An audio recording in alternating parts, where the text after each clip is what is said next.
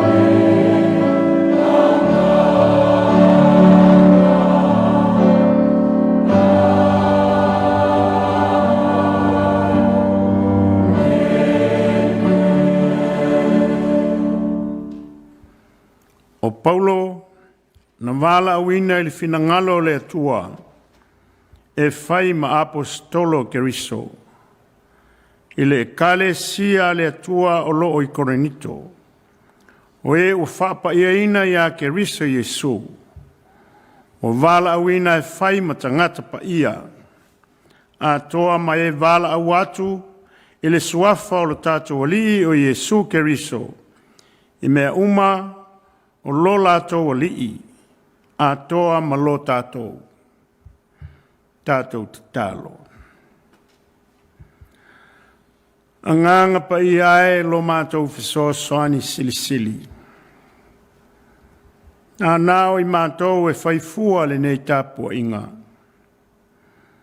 E le mi ngao mātou te whātonga tuai,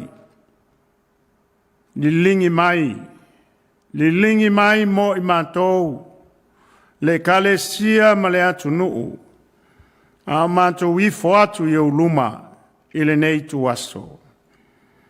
Ina ia pa ia la mātou tāpua i ngā osi atu nei, ia whai ma vi inga o lawa fio, le tamā le alo ma le nganga sa, o lau lava suafa keriso, wo le atuai. Amene. Le tātou i vi le tua, o le pese se laus fulu maltas. Ie talia lofa mai lo mātou nei tamā, la mātou wala au le nei i lo ngangsa.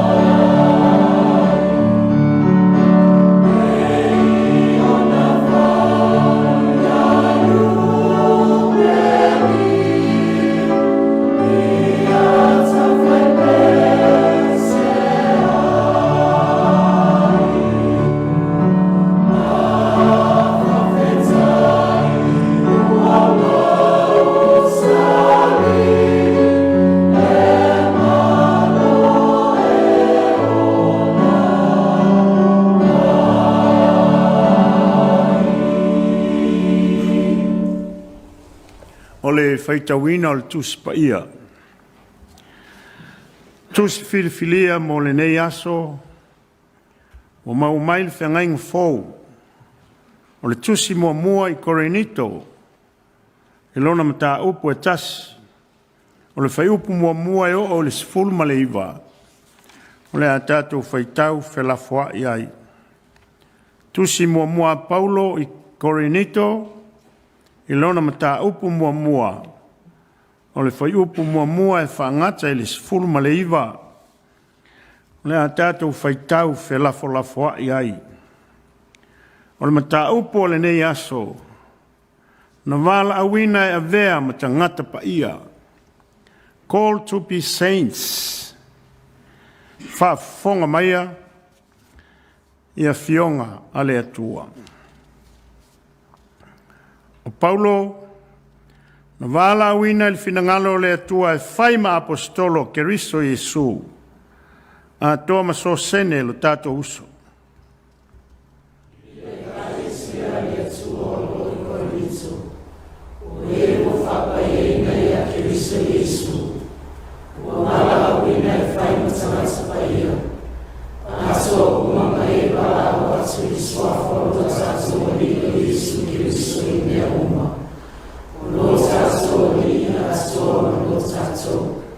E a te utou le alofa tu noa ma le manuia mai le atua lo tātou tamā.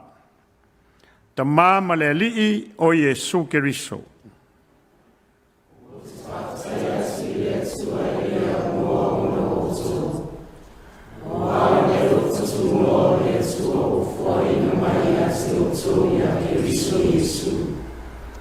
Ina wa ato toa ona whatamā o ai ngaina autou e ia. Wa ia te autou le upu ma le malama lama atoa.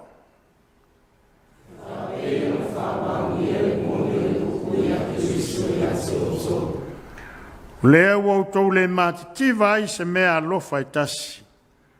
A whatalitali autou le whaalinga o le tātou walii o Jesu Keriso.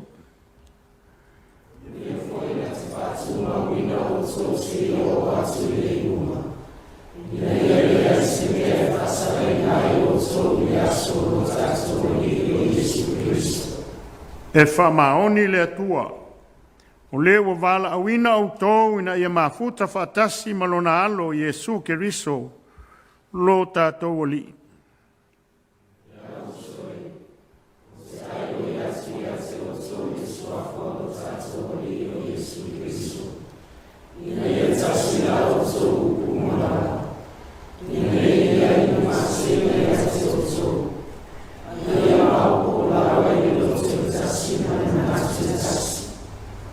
Awa wa taua mai o tou o usoe, ia te au e o sa keloe, o ia te o tou misa.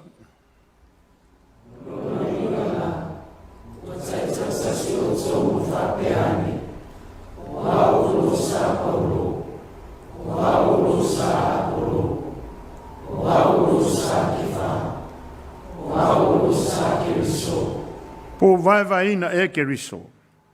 Pena whasa te roina e Paulo mo outou. Pena baptiso ina e outou I le ngō Paulo.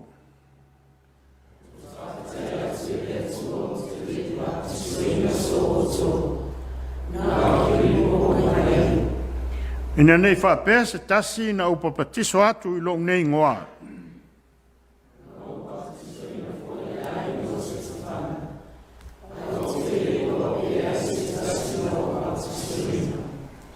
Waile awina mai au e Keriso e papatiso. Ai a fola atu le tala le lei, e le o le poto I upu. Ina nei whaale au ngā ina le sa tauro o Keriso.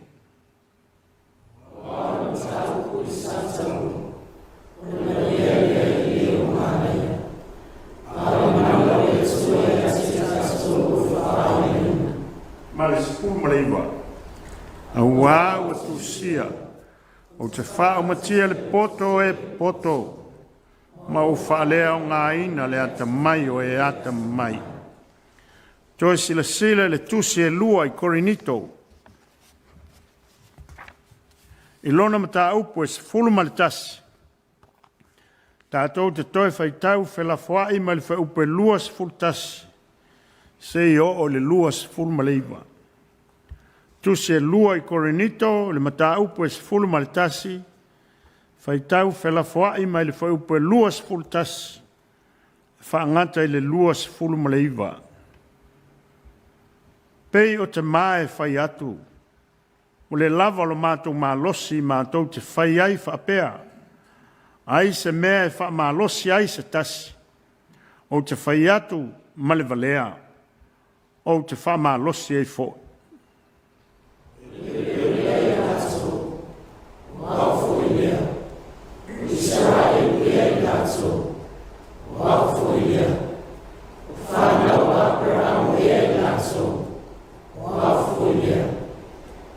Au na ea I lātou a keriso.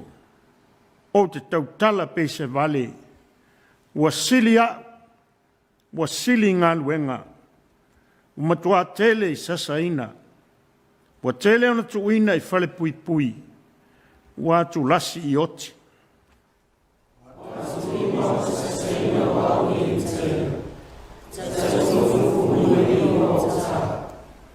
Mua tu tolu ona sasaina o au I la au. Ua tasi le whetongia o au I maa. Mua tu tolu na mālaia o fōlaunga sa o iai. Wa atoa le pō ma le ao sa o le vasa.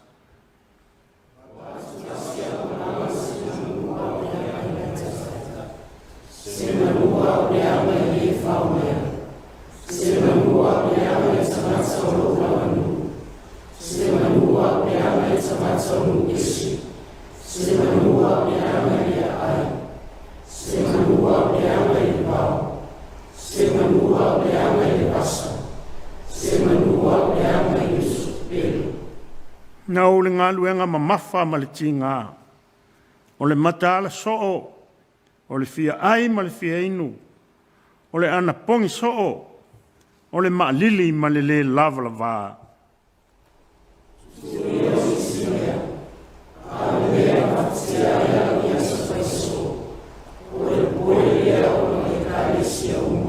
Ma le luas fulma le iwa. Wai wa vai vai. O te le vai vai ai. Po ai le o tausu ai. O te le tinga. Tu uia o isi mea. O le mea mawhatia ia o iaso fai so. O le pole lea o na o e kale sia uma. Whamanuia te le mai le atua ia I tātou. Lo tātou whaalongo ilo na feta lai mai. Ia te ia le vi inga e whaavavau lava. Amene. O le pese e ono se fulma le tolu. E lo suafa Yesu e. Ua maalia ia te au. Ia longo atu I lunga. O lau nei whaamanu. Ono se fulma le tolu le pese.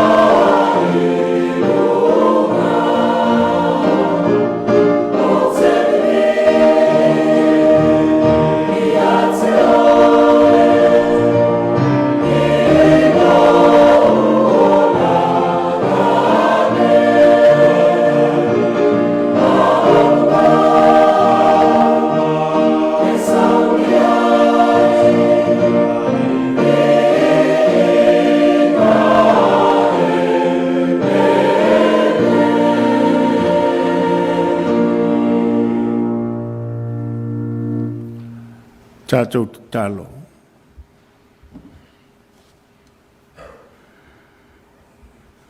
Le atua silisili e se. Le atua soifua e whavavau. O e ole a lefa ma le omeka. O le amatanga ma le ngataanga. O le atua na tupu fua. O le atua pule ao. Wa o lau fio le ao mea umana e whai. O mātou pūno no watu i o luma le tamai. O le tāpua inga le kalesia ma Samoa. I Samoa mātou nu i whafu. Ma i lato uma o atu iai la mātou taufono o. Mātou te whawhetai le silisili ese o lau fio. No loa lofa ma lo whama oni. I lo mātou ola aunga vale. E uina o tutu le whamai. E le lalolangi o mai i Samoa. Manu o atu iai le kalesia. O le utu le na yamanei. I lau pule o le maa e tongi whato. Ma le tae le angaia. Le mua e le fuatia. Peitai mātou te langona le pai mai o ao angalele. O lo maa whana ai i mātou. Ma mātou wola pea. I lea aso ma le aso. Whawhetai tamai. O ai i mātou. Ne ai se vato o to'o ma lau fio. A e topule e io ma oe. E o le i atau tai o le whalongo o tangata uma. Whalinga o lo malu ma lo sirisiri ese. Ai whawhetai tamai. I le o le mātou wa ai. I le kalesia ma Samoa au. A o le mātou whalongo. Wa ufitia. I le malanga le malima le oti. Ai whawhetai le nei a manoa. O mātou maua. Mātou te awai whatasi. Masi o mātou atunu pele i Samoa. Mātunu e mamao. Wa salala watu i ai lau tala e lelei male e kalesia. Pe mātou te vivi i lau fio pele ai. E vi ia oe le lalo langi ao. Mea umana e whaia. E a langa lau vi inga. Wai aunga mea uma i lau pule. Ai whawhetai o manuia le kalesia. O manuia le mātou atunu. O manuia o mātou ainga. Ai meise o le mātou e kalesia nei pakuranga. E ui ona lo to e sea lo mātou tama. Au langia i Samoa. Ona o maitu ngā ma le whaingata. Ai whawhetai o le soifua o i o ao. Mātou te o ifo ai ma le whawhetai ma le loto whamaulalo. Whape ifo i o mātou wanganga. O mātou wanganga e. Whamanua tu ia i lau o fio. O mea uma o i tonu ia i mātou. Whamanu i lau suafa pa ia. O mātou wanganga e. Whamanu atu i lau o fio. Awane i ngalo se me tasi. O au mea lofa. Le ola le malosi o au foai ma au taleni. E le ngata le tino a au foai whale nganga. Whawhetai tamai.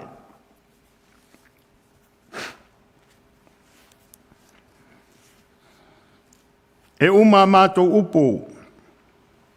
E onge le mātou ngana. E le lanu loa lofa. Tau o se mea i longa ai. Ai tau alunga ia le mātou whawhetai. I le tau langa e tasi ai awhe. Na saunia e keriso lo na soifua pa ia. Na sawhaoti le utu o le whai mea. Ina ia ngalo le tangata ngasala. Maola i mātou e o i le ola e whawawau. Tuma watu le vi inga le whamanu ma le whane tanga le pule le mamalu le malosi ma le mana. Ia i lau fio le tama le alo ma le ngang sae whawawau lava. Tō maia lo manuia mo le ifonga le nuu. Le kalesia ma Samoa. Ia e whamanuia i ona taitai. Taitai o atu nuu ma malo. Taitai o le kalesia ma lau ngaluenga pa ia. Ia e whamanuia ona tangata nuu. Ia e whamanuia ona tangata lotu. Ia e whamanuia ona ainga uma. La matu e kalesia le tamae. Ia manuia le fono tele. Pei ona sawhenga iai e le mamau atu. Ia manuia le nofo komiti. Tamao le kalesia. Ma le lava loa o le kalesia i lef. Au lotu ma le au lotu. I Samoa mātu nu e mamao. Le atu ai lo mātou tamā. O le lilo i lau sila whanga. Le whenga iai o Samoa. Ma lau wala au pa ia e pei ona mātou tomua i la mātou te talo. Mātou wala au ia e whamawhana whana. Wha matala loto. Ie o loto nuti momoia matangia we. Ia latu oli lau pule malau finangalo e sili lea. Nei o mātou loto. Fai mai ai lātou mai mātou le whātua tua. E nimo la mātou wa ai pe le mama e o mawhitanga. Au a sauwhanga i lau a fio ma le no tu mau a nganga o i lātou wa e vala a wina. Le atu ai lo mātou tamā. E manuia ngā luenga ma whe au. E le ngata i lo mātou watu nuu. A watu nuu a au mawai o tangata. E whapea foi le kalesia. Mātou te talo le tamae. Mātou mana tuai o pua ngātia. O mawhatia i mai whaingata. Le ngata le atu nuu au le kalesia. Mātou mana tua aisi o mātou tamā. Wa e lua patu. Wa soa o mātou nofo vala. Na malanga atu i Samoa. O mua le mawhitanga ma le tina ua te tala talu le oti. E tō le whanau. Whanoa noa i nifsila. Male kale sia o lo tapuai. Whenga iai ma whono tanga le kale sia. Wala au lau fio i le tina ma le tua a. Se ia o ina whata o tolia i mai whaingta. Le tamae. Ma tau te toina atu i lau fio. Le tamae. Ia e alofangia le kale sia o au. Le lau a whono. Le nofo komiti, le auto e ina. E kale sia uma ma au lotu taitasi. Ia manuia la lato au nanga. Ma le nofo tua vae tau tua lo finangalo ma lau tala lei. Ia vi ia oe o le ao le kalisia. Manui a mātou whainga malo na lua, Samoa ma New Zealand. Ia mātou tau o tai ia te oe. Awa ma le fia pule ma le whaamawalunga, fia tangata. A ia whaavai lau o fio. Le isi whaavai o Samoa. Wa se lau iwa se fulu ma le lua tau sanga. Talu ona tau no o le tala le lei. O le whaavae le nā, o le atua soi fua whaavavau. E whaalongo uma i ai ona tangata nuu, ma ona taitai, e manui ai. Whapea fōi lo mātou atu nuu i New Zealand. A lofa ie ua whaima taitai, i a latu langona le mamalu o lau o fio, o le ao malo umalawa.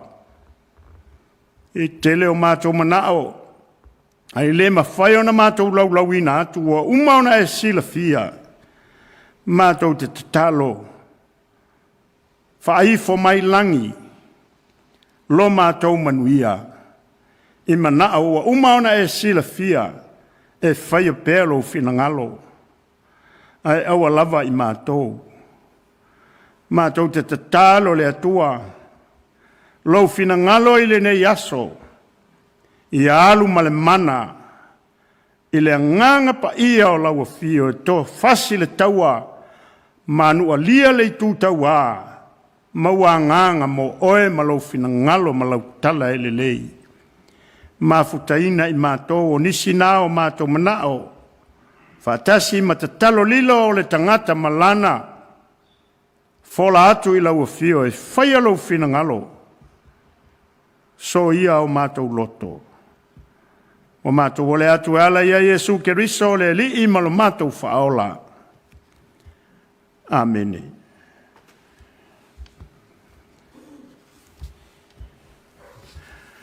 Nā tātou toi vi le tua e le pese o saunia tō mau ia Yesu.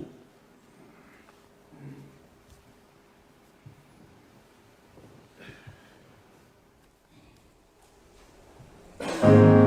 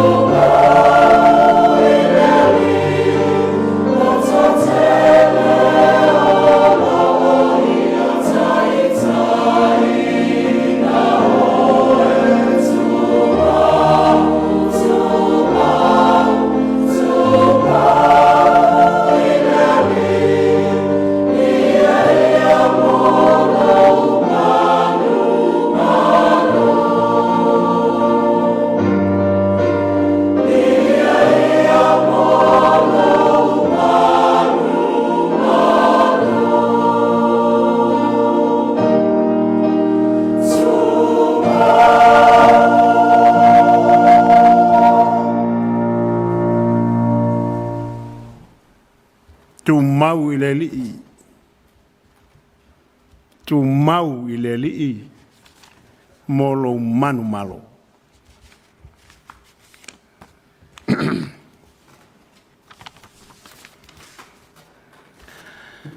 Ia malia ia te oe upolo ngutu ma mawhauwhaunga o lo loto le li'i e. O lo papa malena te tongi o laina au. Amen. O le launga i le suafa mamalu o le atua le tamaa, le alo, ma le nganga sa. O maua le matua le tusi sa faitawina, tusi filifilia o le neiaso, korinito mua o le mataupu mua, au filifilia le vaenga a o le foipu mua, ma le vaenga a o le foipu e lua.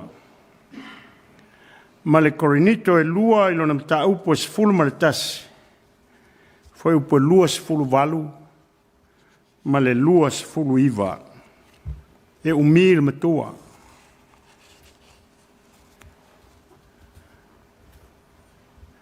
O Paulo na vala awina ili finangalo le atua e faima apostolo Jesu Keriso. Ile kale sia le atua o loo I koronito.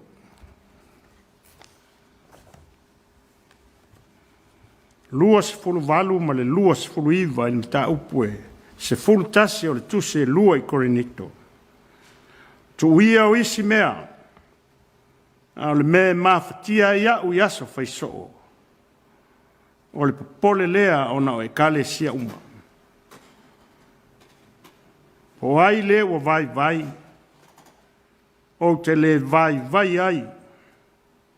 O ai le o tausu ai. O te le tingai.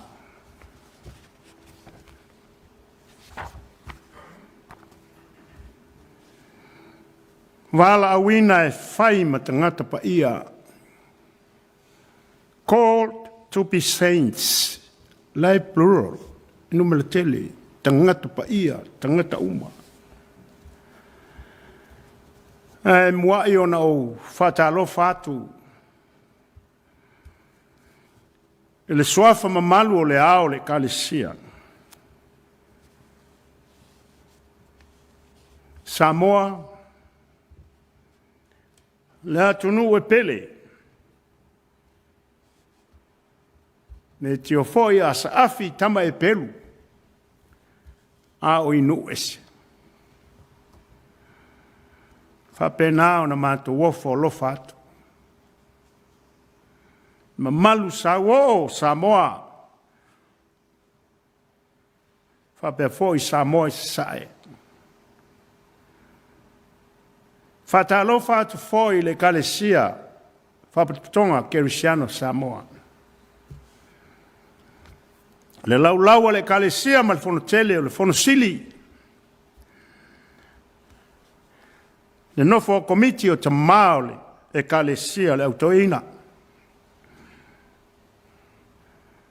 Ma le paia o le kalesia au au. Le ngata I Samoa a o atunu e mamao. O e umawhai ona whaasala lau atu I ai le tala le lei I ai Jesu Keriso. Ai mātou te fia whaatalo whaatu foi, ilo mātou tamā.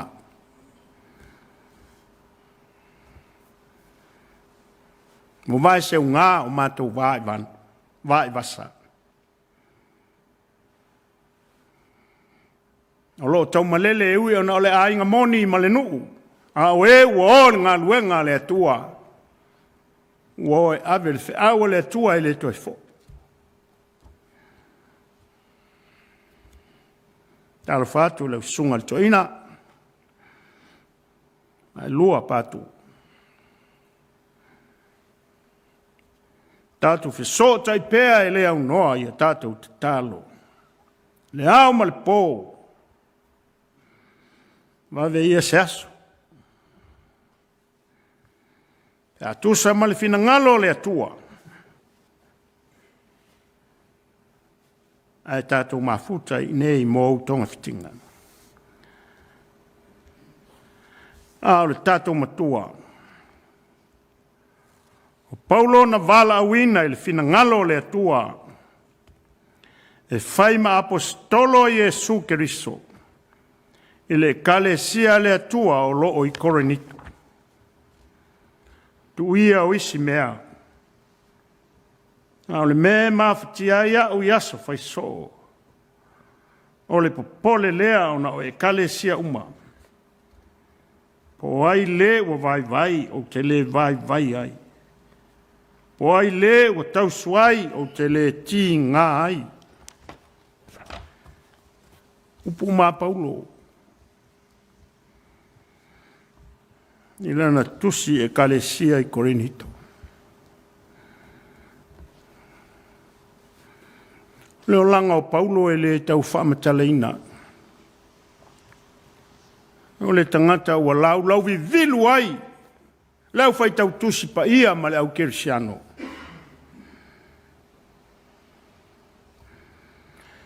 Pe e whaso tai ma le wala awina o Elia, o Jeremia, i le sa ua mawai. O le wala awina o Jeremia, na wala au e tō fia mo malo. E whaafiti e lai titi, e tamai titi, na wheta lai le atua o na uwala au ia oe o lai manawa e tele i whanau. Alu.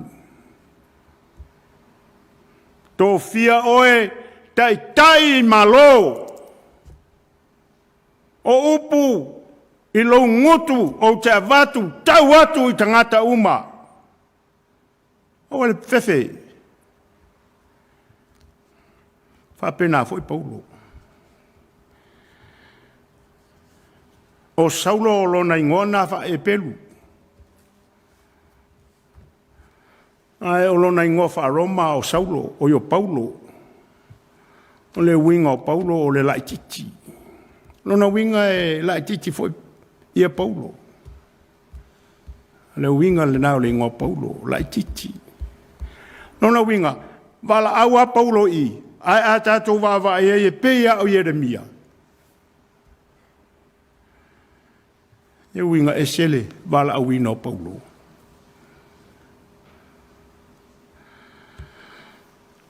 O Paulo o le Fariseio,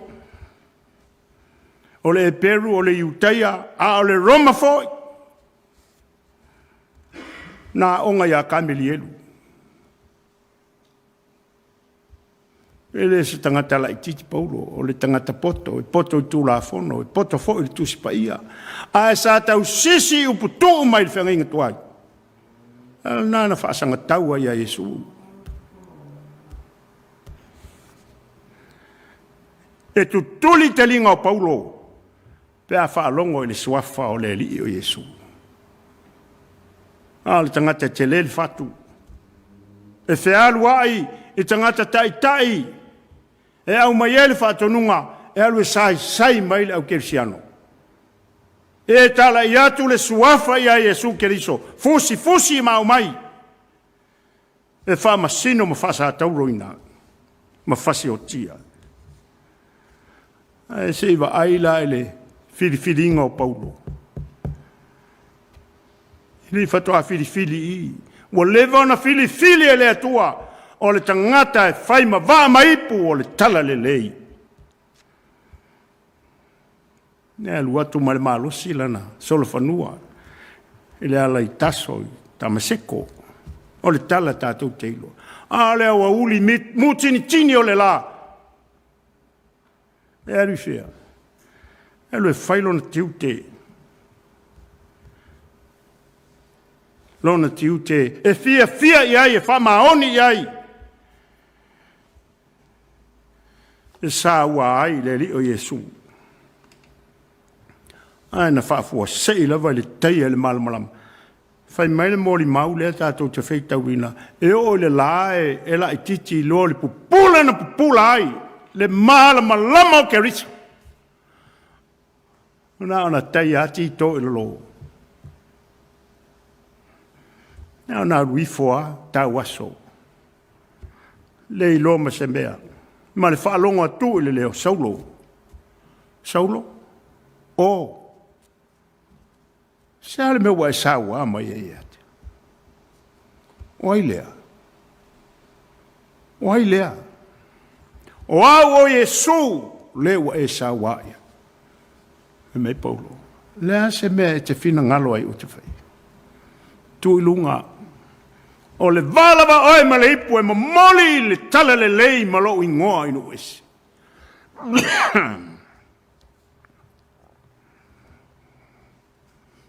Ele toi fili a Paulo. Ele toi fa pe ia fa talia na se o lo to lua. Se o lo ainga.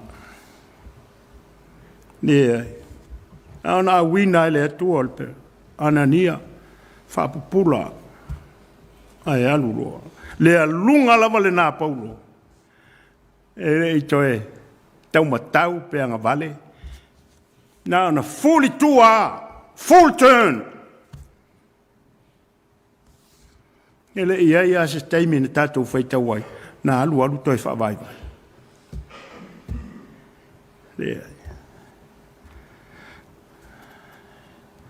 Lea la o lana tusi le kalesia i Korinito. O le nganga ia whaamapopo.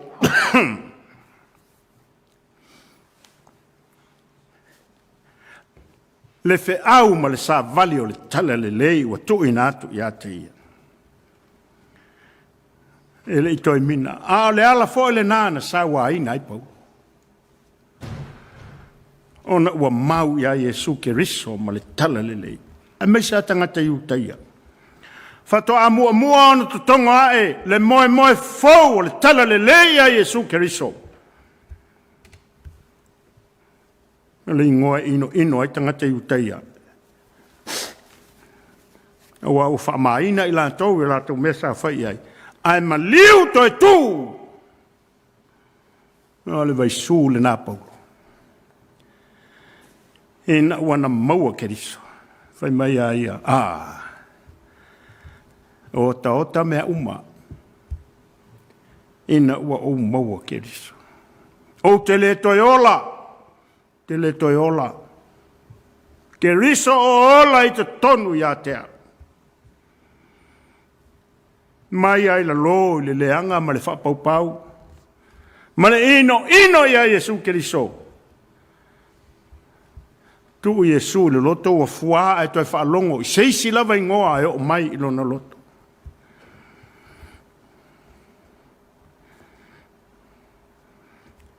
Whale pui. Tawa i maa. A whatia fo launga. Ia se mea na toi whaale tonu ia Paulo. E irisi ana tusi le kale sie kaltia.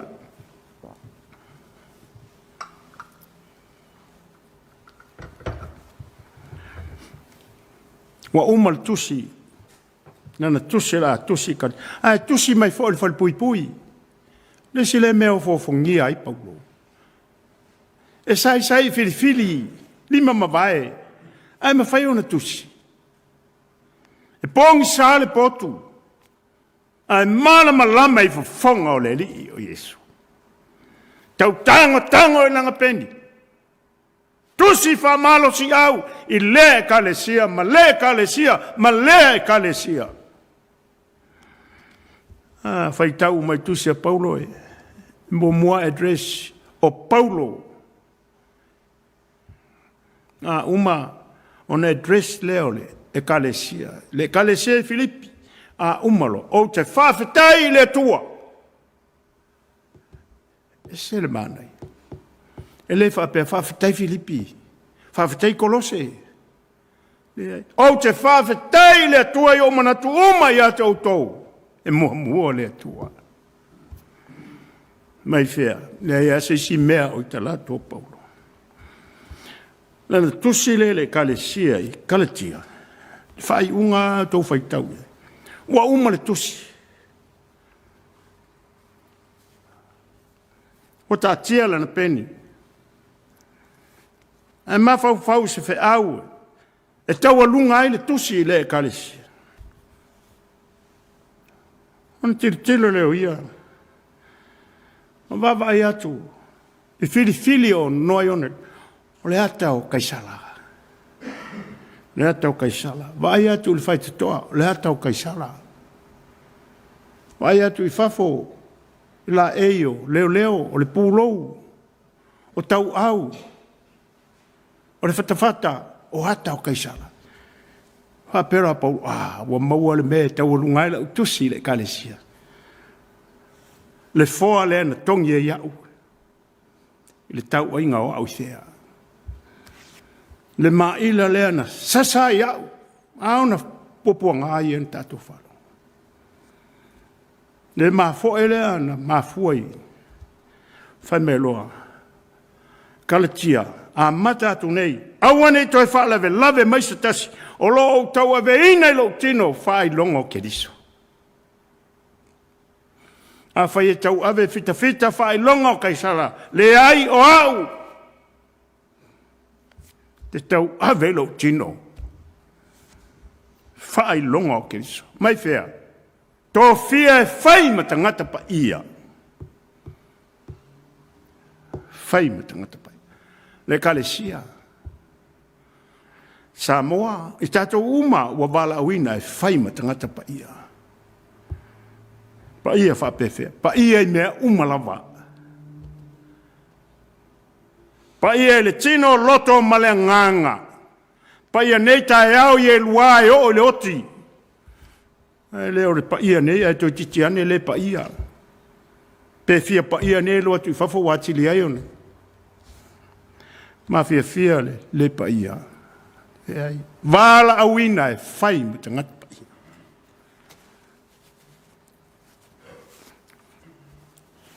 Vala awina e whai mo te ngata pa ia. E whaatau wa ai le oti.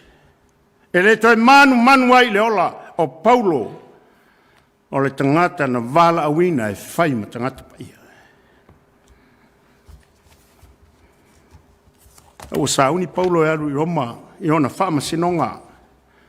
Whamea na wō ma ona tangata.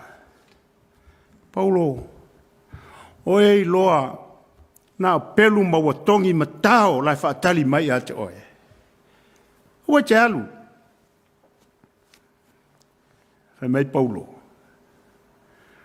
O lo unei ola o te le toi nau iai. Ua toi le lima. Te le toi nau. Sei wha umala ma moe. Sei wha umala ma moe. I le na wala a wina au. I le whe au le talalele. Se tangata ina atoa. Whai mai o le whasalanga o Paulunga. Kipi le ulu. Ea pe alawa ia lea. Tipi le ulu. Mai whaatolu ta vili le ulu. Lea la I elan tusi le kale sian tatu whaitawina. Tusi lo na lua le kale sia I Korinto. Whai mai a Paulo. Korinito. Se pe o te mai whai atu. Wale lava lo mātou ngā losi mātou te whai ai whapea. Ai se mea wha mā losi ai se tasi. O te whai atu male valea. O te wha mā losi ai fo. O e peru ea I lātou. O le peru fo te malo. O Israel ea I lātou. O hau fo I lea. O whanau apera amo ea I lātou. O hau fo I lea. O au ona ea I lātou o keriso. Whai mea Paulo o te tau tala pe se vale. Wa sili au. Siria. Siri whapewhea. Watu lasi oti. Watu lima ona sasa ua I utaia. Wha lima. Ai tai tolunga fuluma le iwa tā. O, ske ofo. Ai wha lima ona tā. Na sasa. Watu tolu na sasa ina wau ila au. Wa tasi le fetongia wau i maa. Wa atu tolo na malai o fo launga sa o iai. Wa atole po male ao sa o le vasa. Wa atu lasi au malanga. Se manu au le angai vai tafe. Se manu au le angai i e whao mea. Se manu au le angai tangata o lo lava nuu. Solo mua nuu. Maa inga. Se manu au le angai tangata o nuu ese. Se manu au le angai le ai. Se manu au le angai le vau. Se manu au le angai le vasa.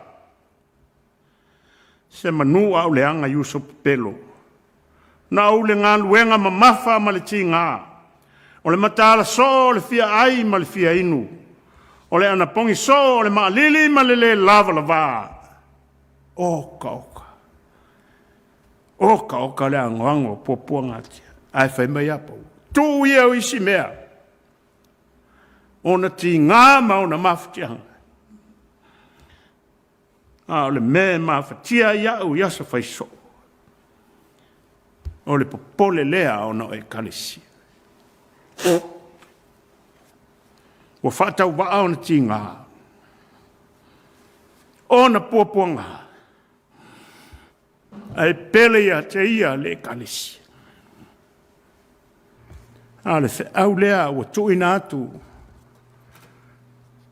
Mole au kerisiano. O eo wha longo mai matunu o iai la matou taufono. O le vala awina o i tātou e whai matangata pa ia. O le ofo ina atu o le tātou wola, le malosi. Ma mea uma tātou te maua. Mo le di inga o lona suafa. O apopo ngā paulo. E le whātu salia. Popo ngā nā whaina ai lo tātou o lii o Jesu Keriso. Nei eise leo. De ai. Fe anu, fe pō, sasa. Se iau o aina whātautawina le sa tauro. E unga piu ma se leo tasi. Na alu ma le whalolongo, ona o le alofa ia te oe maa uma i tātou umalava, Samoa ma le kalisia. Le alofa le nā, na alofa mai ai, le atua ia i tātou. Le tau langa, na Sauniga ilo na soifua, ina ia tātou wola, ma maua le whaamanga loina o tātou ansala. O le whiau lea, le kalisia, ma Samoa, mai tātou uma o tātou whaalongo ai. Tātou tofu langona uma, o i tātou, o tangata ua wala awina e whai ma tangata pa ia.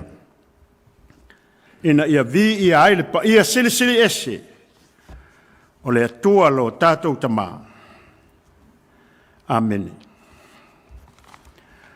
Po e mau tofi le malo nei, po e whea ngai mai Jesu, sa eno fasale le toa sa, po ua maua e oe le lei, se lau fas fuluono le pese, tātou te pese ai.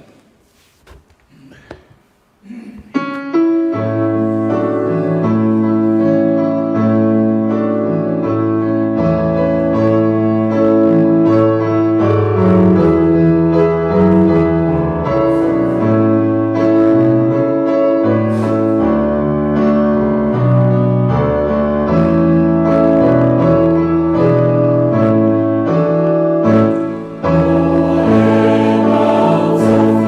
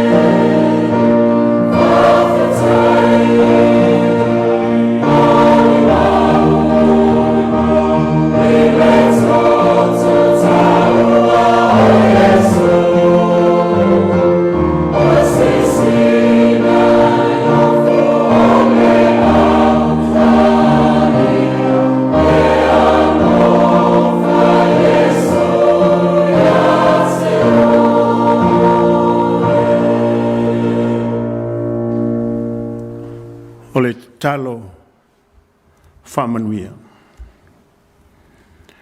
O le manuia foi o le atua o le tama, ma le alofa sirisiri ese o Iesu Keriso lo walo, ma le mafutanga tu mau whai pea ma le anganga pa ia. Ia ilunga o Samoa ma atunu o iai le ekalesia ma lantala e lelei. Ma lau whanau au le lalolangi. Lo manuia ma lo file mu. Ma lo mafuta mai. Nei e whavavau lava. Amen.